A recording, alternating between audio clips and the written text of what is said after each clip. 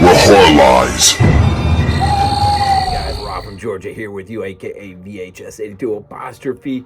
I am your regular Wednesday evening host here at BodyBags, so I welcome you not just to this review, but every review that drops throughout the week, which I hope you are checking out. It is the week that we take a look at a film from a particular year, right? And this happens to be 2007. And oh man, I can't remember whoever did Theme Week is tied in with this. Anyways, '07.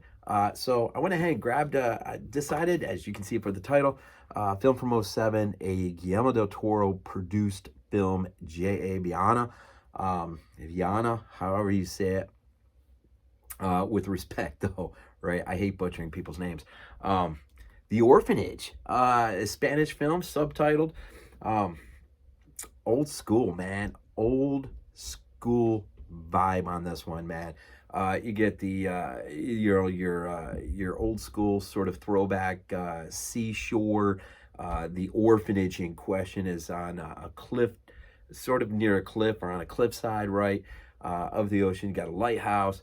You've got sea caves. I mean, this is just old school fun through and through. And some the cinematographer on this, I just a few things I mentioned to take note of. Had done Rec 2, which is interesting. The cinematography on here is pretty awesome. The art director, I'm not even gonna try to say his name, man. He was the art director for Leatherface, and it shows. You can see it, man. You can see it.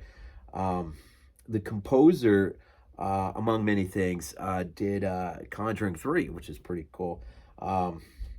This film, and let's see, oh yeah, a couple of the key makeup guys on this film both worked together on Stewart's Dagon, which is really stinking cool. I was gonna say too, this opened up at the Cannes Film Festival.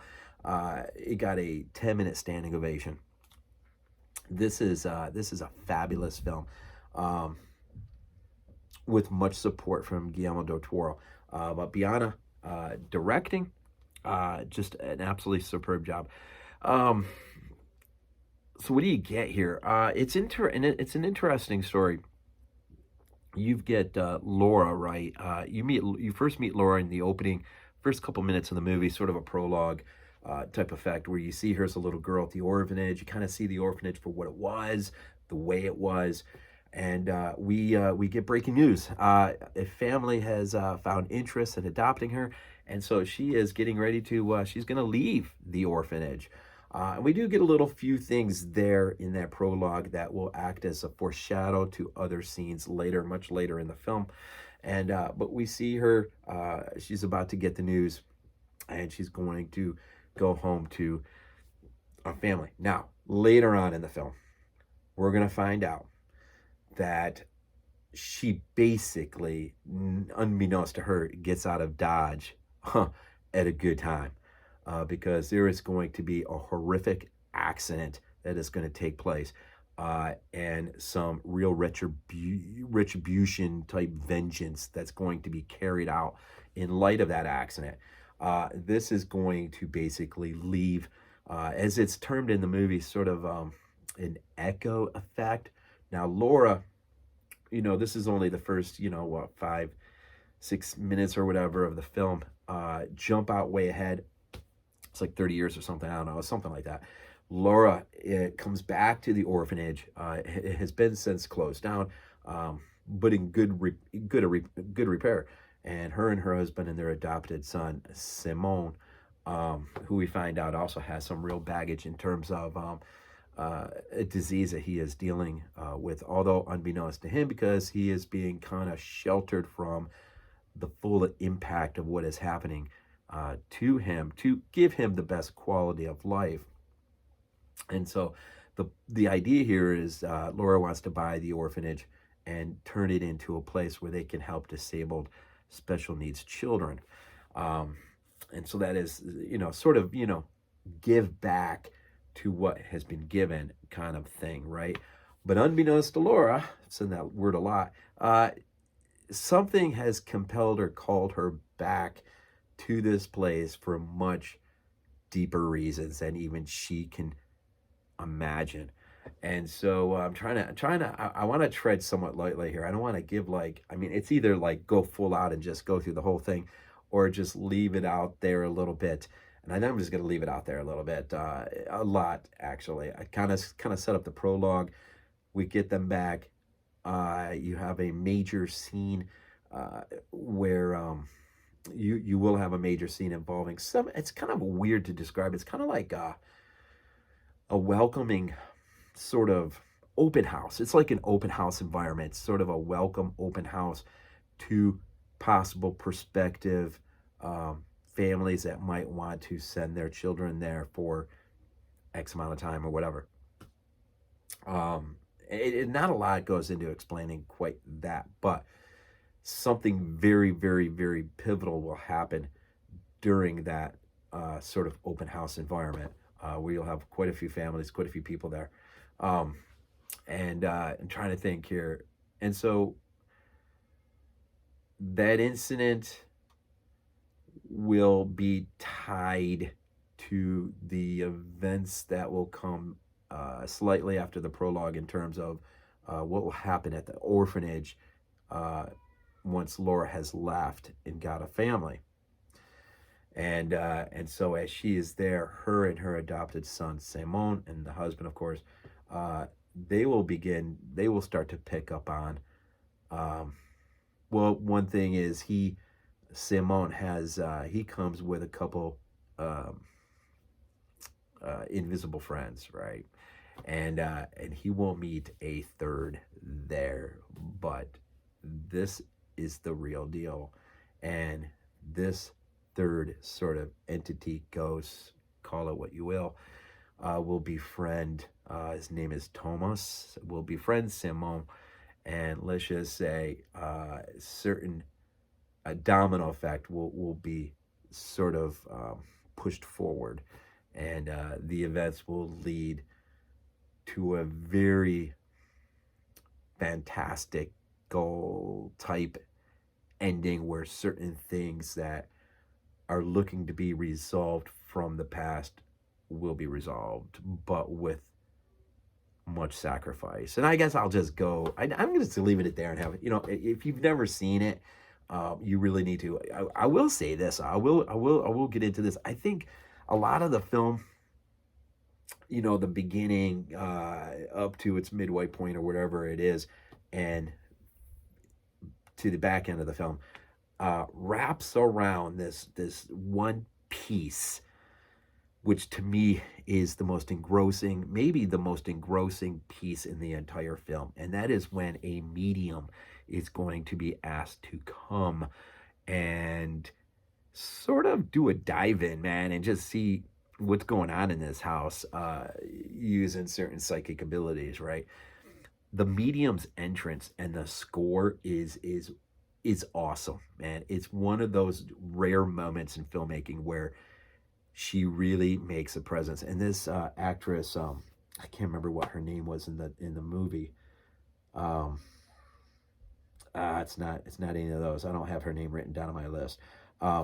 Apparently she is a real huge actress in Spain, like big time. I don't know who she is, but she's the real deal, and she brings it to this film, man. And I'm telling you, man, she will ultimately, in the midst of her trance, walk into a particular room in this orphanage where the incident that I referred to earlier, which happens just a little bit after Laura has left and gone to her new family, where this incident takes place, kind of, basically. And she starts to tap in and get a sense of what happened. And it is mind-bogglingly horrific. And when you really start to realize the full gravity of what has happened, it is sad, it's tragic, it's horrifying. It is so many different things wrapped up into one. It is an amazing film, man. And I love the idea just that something like this got a 10-minute standing ovation at the Cannes. It was the Cannes, right? Yeah. Which is really, really, really, really cool. You don't get to be part of those things very often. I think the closest of late, when I saw the Beyond on the big stage or big screen, just a few weeks back, it got a few minutes sitting ovation, which even these days that's pretty amazing, right? But and so certain characters will eventually find their role, their purpose, their intent, and once these things are fully embraced by the end, we'll arrive at a very satisfying conclusion. It's very interesting, and really, I don't want to spoil it. I don't want to go any further. I think I said quite a bit, but that piece in the middle that deals with the medium, her entrance, and then what takes place, and her comment on the situation there is one of the better moments in filmmaking. I'll say that for sure. And so, anyways, The Orphanage, a Del Toro produced, and really, he is such a huge fan of the original story script, and really did support Bayona to the max in terms of allowing his creativity to run amok. He was complemented by a regular traditional score by an orchestra, which you don't get that a lot anymore. And really, he had Del Toro's blessing to just allow his imagination to run amok. Much of it is shot on a studio, which affords more control but creativity to really do what you want to do.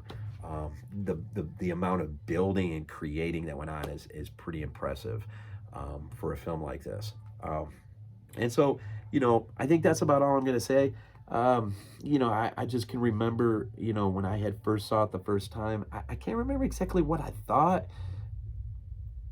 I liked it, but, when you watch something for this purpose, you tend to look at it differently. And I don't know, it just hit me right, man. I just really, wow, it just impressed the freaking crap out of me. I mean, it really was quite an experience. A lot of extras on this. It's just a DVD, but man, a lot of extras. No commentary, but a lot of extras. Good stuff. So anyways, here in week 477, I'm sorry, I don't think I said that. We are looking at films from 2007. And we'll get a random week or two or whatever. But by then, we're doing our theme week called Absence of Color, where we take a film that we've already seen a million times, but in color, and then we'll watch it in black and white, and then compare, contrast the film having seen it in that way. So looking forward to that as well. So anyways, I think we'll just leave it there. If you've never seen The Orphanage, I highly, highly, highly recommend this movie, especially if you have a love for Del Toro and the things that he loves. It's man, it's just, boy, I can't get over the medium's entrance and the score, and it's like it's overpowering but very subtle almost at the same time, and you almost want it to continue to build into some weird crescendo, but it doesn't. It only it's only momentary. But the rest of the scenes involving her, as she has her trance and as she begins to see what's happened in this place, I made it so old school feel, which you gotta love with things like that, man. Yeah, it's just enjoyable. I would absolutely, you know what? I'm telling you what, I don't think about this kind of stuff often. And I'm just gonna piggyback off of Jason here. Jason, one of his series, always loves to do a similar recommendation. I don't know if I quite really call it that, but my thought here is, boy, if you could ever get a remake for Ghost House, the Italian flick from '88, I think, I would love to see Jay Bayona get a hold of that, man. I think that would be that thought is so freaking intriguing. It's interesting. So if you want a recommendation, although it's very cheesy, it's just a fun Italian film.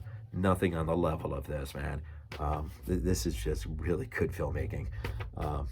There you go. So anyways, till next time, man. As always, go Bills.